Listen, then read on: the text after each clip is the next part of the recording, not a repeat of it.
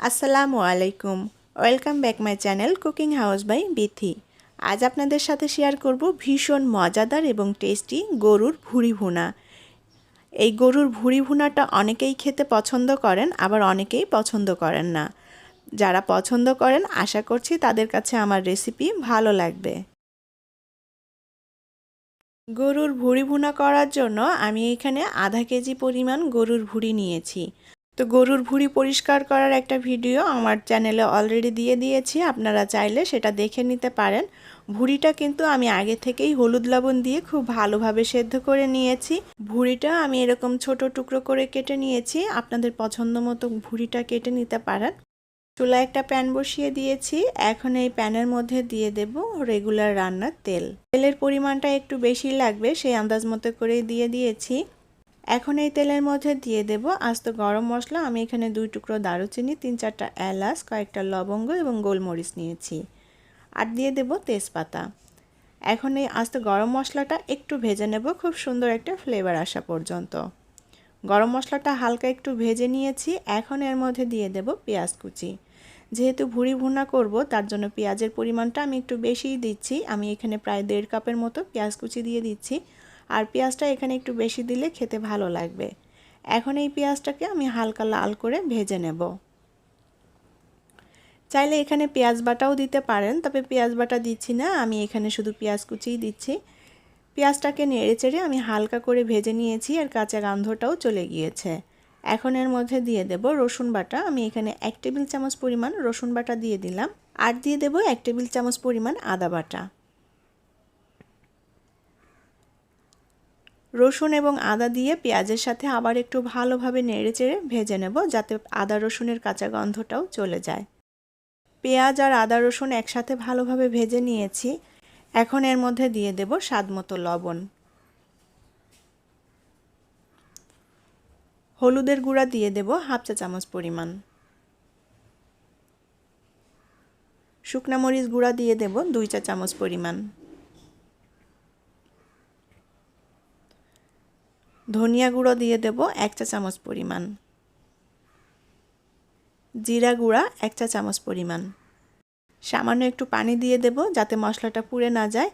এখন খুব ভালোভাবে নেড়েচেড়ে মশলাটা একসাথে মিলিয়ে নেব, আর এই মশলাটাকে একটু ভাজা ভাজা করে নেব। মশলাটা আমি অল্প আঁচে 2 মিনিটের মতো খুব ভালোভাবে নেড়েচেড়ে একটু ভেজে নিয়েছি, আর মশলাটা মোটামুটি একটু কষানোও হয়ে গিয়েছে। এখন এই মশলার মধ্যে দিয়ে দেব গরুর ভুঁড়ি। মশলার সাথে খুব ভালোভাবে নেড়েচেড়ে এখন ভুঁড়িটা কষিয়ে নিতে হবে। চুলার আঁচটা একেবারেই অল্প করে দেব যাতে মশলাটা পুড়ে না যায়। এখন অল্প আঁচে ভুঁড়িটাকে খুব ভালোভাবে মশলার সাথে ভেজে নেব। আর মশলার সাথে ভুঁড়িটা যত ভালোভাবে ভাজা হবে এবং কষানো হবে, ভুঁড়ির টেস্টটাও কিন্তু ততই বাড়বে।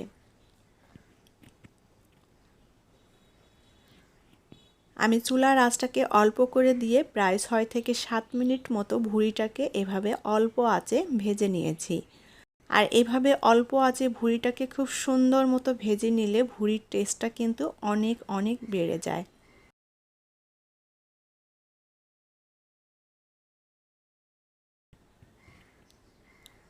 চুলার আঁচটা কিন্তু অবশ্যই অল্প রাখতে হবে, তা না হলে মশলাটা পুড়ে যেতে পারে। ভুঁড়িটা আমি সুন্দর মতো ভেজে নিয়েছি। গরুর এই ভুঁড়িটা খেতে কিন্তু অনেকেই পছন্দ করেন, আবার অনেকেই পছন্দ করেন না। তবে যারা পছন্দ করেন তারা এভাবে কিন্তু গরুর ভুঁড়িটা রান্না করে নিতে পারেন, খেতে খুবই ভালো লাগবে। আর একই রেসিপি ফলো করে আপনারা এখানে ছাগলের ভুঁড়িও রান্না করে নিতে পারেন। তো গরুর ভুঁড়িটা আমি খুব ভালো মতো ভেজে নিয়েছি মশলার সাথে। আপনারা দেখেই হয়তো বুঝতে পারছেন কতটা সুন্দর করে ভেজে নিয়েছি। এখন এর মধ্যে পরিমাণ মতো পানি দিয়ে দেব। আমি গরুর ভুঁড়িটা আগেই ভালোভাবে সেদ্ধ করে নিয়েছিলাম হলুদ লবণ দিয়ে, তাই এখন আমি সেই আন্দাজ মতোই পানিটা দিয়ে দিলাম। এখানে খুব বেশি আর পানি লাগবে না, কারণ অলরেডি ভুঁড়িটা অনেকটাই সেদ্ধ হয়ে আছে। এখন ঢাকনা দিয়ে ঢেকে আমি ভুঁড়িটা রান্না করে নেব। আমি প্রায় 10 মিনিটের মতো ঢাকনা দিয়ে ঢেকে ভুঁড়িটা রান্না করে নিয়েছি।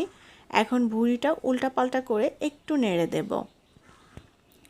আর এই পর্যায়ে কিন্তু চুলার আঁচটাকে একেবারেই অল্প রাখতে হবে। ঢাকনা দিয়ে ঢেকে চুলার আঁচটা অল্প করে দিলে ভুঁড়িটা খুব সুন্দর মতো সেদ্ধ হয়ে যাবে, একেবারেই নরম হয়ে যাবে।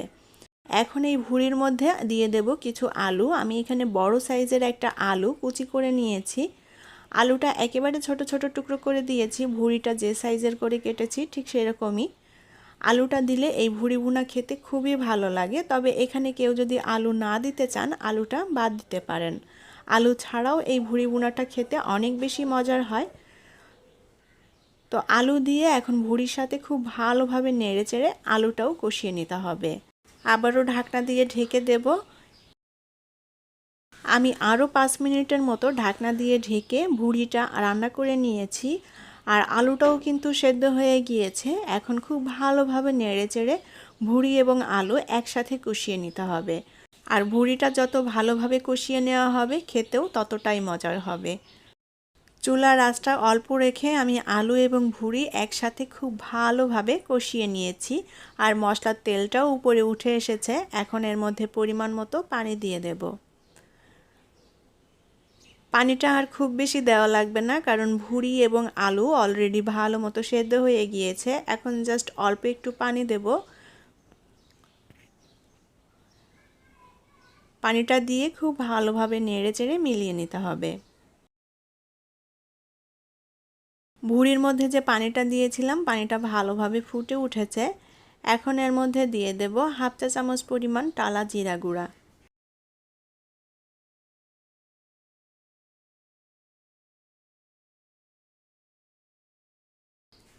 আর দিয়ে দেব হাফ চা চামচ পরিমাণ গরম মশলা বাটা।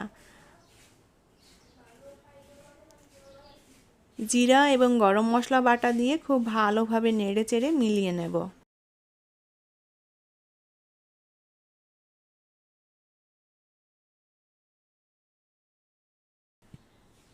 আবারও একটু ঢাকনা দিয়ে ঢেকে দেব 2 মিনিটের জন্য, যাতে করে জিরা এবং গরম মশলার ফ্লেভারটা খুব ভালোভাবে ভুঁড়ির সাথে মিশে যায়। 2 মিনিট পর ঢাকনাটা খুলে দিলাম। আর আমার ভুঁড়ি ভুনাটা হয়ে গিয়েছে। ঝোলটা এরকম থাকবে, আর বেশি শুকাবো না, তবে এখানে আপনাদের পছন্দ মতো ঝোলটা রাখতে পারেন। যেহেতু এখানে ভুনা রান্না করছি তাই খুব বেশি ঝোল রাখার প্রয়োজন হবে না। খুব ভালোভাবে নেড়ে চেড়ে নেব। আর ভুঁড়ি রান্নাটা অলরেডি হয়ে গিয়েছে। এখন এটা চুলা থেকে নামিয়ে পরিবেশন করব।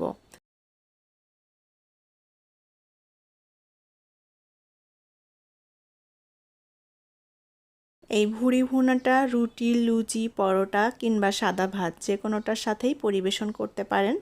খেতে খুবই ভালো লাগবে। আশা করি আমার আজকের রেসিপি আপনাদের ভালো লেগেছে। আর আমার রেসিপিটি যদি ভালো লেগে থাকে তাহলে প্লিজ ভিডিওটি শেয়ার করবেন এবং লাইক কমেন্ট করে জানাবেন আপনাদের মতামত। সবাই অনেক অনেক ভালো থাকবেন এবং আমাদের জন্য দোয়া করবেন। আজকের মতো বিদায় নিচ্ছি। আল্লাহ হাফেজ।